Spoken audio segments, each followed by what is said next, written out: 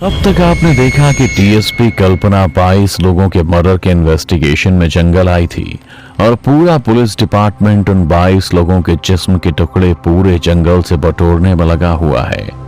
कल्पना ने मुनिया का बयान भी लिया था, पर कल्पना को मुनिया के बयान पर बिल्कुल भी यकीन नहीं था, क्योंकि मुनिया का कहना है कि इन 22 लोगों को एक निर्वस्त्र औरत ने मारा है, जिसका गांव वाले देवी द्रौपदी के नाम से पूछते हैं, और उसने ही 22 लोगों से मुनिया की इज्जत को बचाया था। इसीलिए कल्पना मुनिया के बयान की तहकीकात करने बीच जंगल में जाती है, पर वहां पर उसे कुछ लोग घेर लेते हैं और कल्पना की इज्जत को तार तार करने की कोशिश करते हैं। तब कल्पना ना चाहते हुए भी देवी द्रौपदी का आवाहन करती है और सच में देवी द्रौपदी वहां आकर कल्पना की इज्जत को लूटने से बचाती है और फिर से पापियों का संहार करती है। पर इससे पहले कि देवी द्रौपदी हवा में विलीन हो जाए, डीएसपी कल्पना ने देवी द्रौपदी से बस इतना पूछा कि आप कौन हैं और क्यों निर्वस्त्री आप हम जैसी औरतों की इज्जत की रक्षा करती हैं। इस पर देवी द्रौपदी ने बस इतना ही कहा, दीदी मुझे पहचाना नहीं, मैं सक्कू। और हवा में विलीन हो गई। अब आगे। रात की हुई इस वारदात ने मेरा अंदर का खून जमा दिया था। मैं अभी भी डरी सहमी पेड़ के कोने पर बैठी हुई थी और कुछ कदम दूर ही मेरी डीएसपी की वर्दी पड़ी थी, जिसे देख अब मुझे खुद पर घिन आने लगी थी। अब तक जिसे मैं एक कहानी, एक कल्पना मान झुठला रही थी, रात को हुई इंसिडेंट के बाद अब वो मेरी जिंदगी का एक भयानक सच बन चुका था और मेरे जहन में छोड़ गया था एक सवाल कि क्या ये वही सकू थी जिसे मैं जानती थी, जिसके साथ मैंने अपना बचपन बिताया था। दरअसल सक्कू एक अनाथ लड़की थी जिसकी माँ मेरे यहाँ काम करते करते मर गई। बहुत वक्त तो मैंने उसे संभाला, लेकिन जब मैं पुलिस की ट्रेनिंग के बाद वापस आई तो सक्कू नहीं थी। पापा ने भी इस पर ज्यादा जोर नहीं दिया और वक्त की धूल में ये राज भी दफन हो गया था, जिस पर से अब मुझे हर हाल में पर्दा उठाना था। और फिर से देवी द्रौपदी के मंदिर की ओर चल दी। कुछ देर जंगल में भटकने के बाद जब मैं मंदिर के पास पहुंची तो देखा मुनिया पहले से ही मूर्ति की पूजा कर रही थी। उसने जब मेरी हालत को देखा तो घबराते हुए मेरे पास आ गई। मैडम आप ठीक तो है? ये आपकी वर्दी पर इतना खून कैसे लगा है? मुनिया के इस सवाल पर मैंने कहा, कुछ नहीं मुनिया, बस कुछ हैवान मेरे साथ भी जबरदस्ती करने की कोशिश कर रहे थे, पर देवी द्रौपदी ने उनकी सोच के साथ साथ उनके जिस्म के भी टुकड़े कर दिए। तो आखिरकार तो के भी देवी द्रौपदी पर यकीन हो गई। हाँ शायद से, पर एक बात तो बताओ, ये देवी द्रौपदी कैसे बनी? कोई है जो बता सकता है इसके बारे में? मेरे इस सवाल से मुनिया सोच में पड़ गई। वो कुछ बोलने जा ही रही थी कि तभी जंगल में से एक बूढ़ा शख्स सामने आकर खड़ा हुआ, जिसे देख मुनिया ने कहा, मैडम यही है वो पंडित जो आपके सारे सवालों के जवाब दे सकत है। इतना कहकर मुनिया वहां से चली गई। मैंने भी बूढ़े शख्स को अकेला पाकर अपने पुलिस वाले तरीके से सवाल जवाब शुरू कर दिया। क्या सच में यही देवी द्रौपदी का मंदिर है? हाँ यही है। इतना कहकर वो बूढ़ा शख्स मुस्कुराते हुए मेरे सामने से जाने लगा। बूढ़े शख्स को मुस्कुराता हुआ देख मेरा रोम रोम जल उठा था। आप ऐसे हंस क्यों रहे हैं? क्या हमें नहीं पता कि आप लोग ये गैंग बनाकर इस जंगल में चंदन की स्मगलिंग करते हैं और आए दिन यहाँ गैंग वॉर होती रहती है, जिसे छुपाने के लिए आपने इस देवी द्रौपदी की कहानी रची है, ताकि आप लोग इस अंधविश्वास के पीछे अपना कारोबार करते रहें। मेरी सारी बातें सुनने के बाद वो बूढ़ा शख्स मेरी वर्दी पर लिखे मेरे नाम और मेरे पद को पढ़ते हुए बोला, तो डीएसपी मिस कल्पना, आप जिस अंधविश्वास की कहानी की बात कर रही हैं, क्या कभी आपने वो कहानी सुनी है? मेरी चाल कामयाब रही।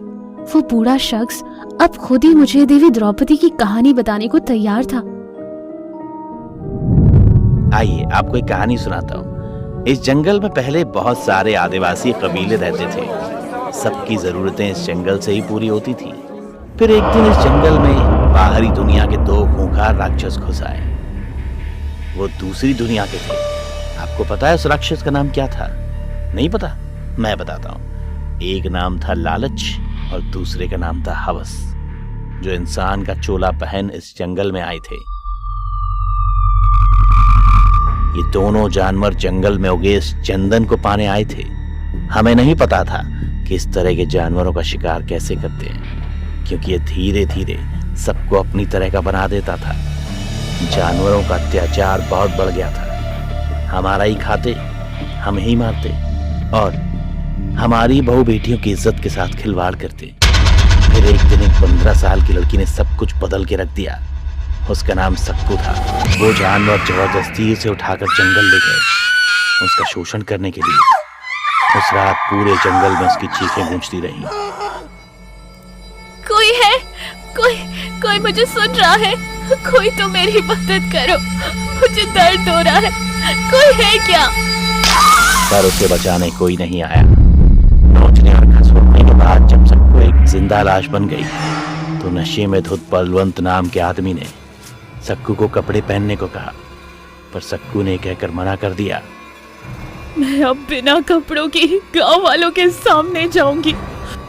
उन्हें दिखाऊंगी कि जब एक औरत की इज्जत पर दाग लग रहा हो और सारा समाज चुप बैठा रहे, कान होते हुए भी बहरा और मुंह होते हुए भी गूंगा बना रहे, तो इतिहास ऐसे मर्दों को मिट्टी में मिला देता है।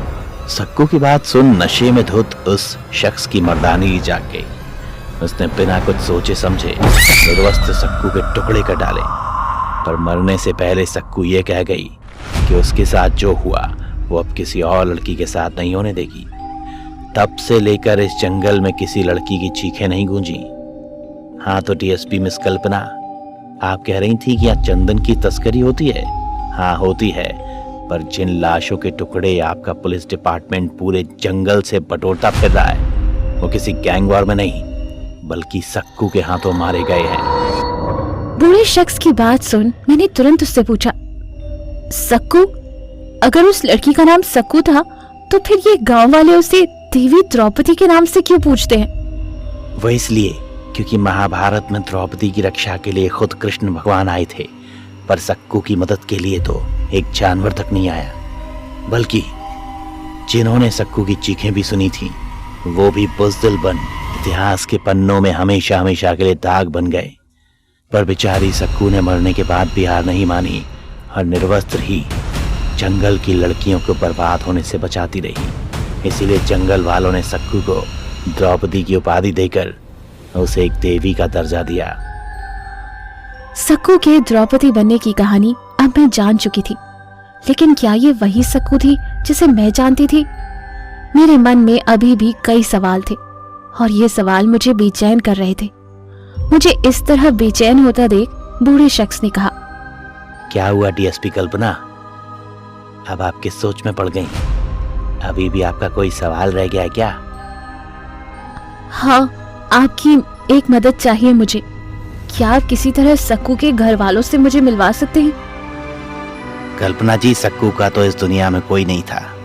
उसे कोई जबरदस्ती अपने साथ ले जा रहा था, तो मौका देख वो फरार हो गई और इस जंगल में आ गई। मेरे पास उसका एक लॉकेट है जिसमें 2 लड़कियों की तस्वीरें हैं, एक तो सक्कू और दूसरी का पता नहीं, आपको दिखाता हूँ।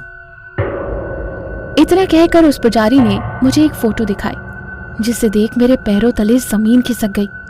हाँ, ये मेरी ही सक्कू थी जिसे मैं जानती थी, और लॉकेट में जिस दूसरी लड़की की पंडित बात कर रहा था वो कोई और नहीं बल्कि मेरी ही तस्वीर थी जिसके साथ मेरा बचपन गुजरा था। लेकिन उसका यहाँ इस जंगलों में आना मुझे अंदर से खाए जा रहा था। सक्कू मेरे साथ बचपन से ही दिल्ली में पली बड़ी थी, फिर उसका ये मध्य प्रदेश के जंगलों तक आना मुझे हर पल झंझोड़ रहा था। पर मैं जानती थी कि मुझे इसका जवाब कौन देगा। पुजारी से सारी बात जानने के बाद मैंने लॉकेट अपने पास रख लिया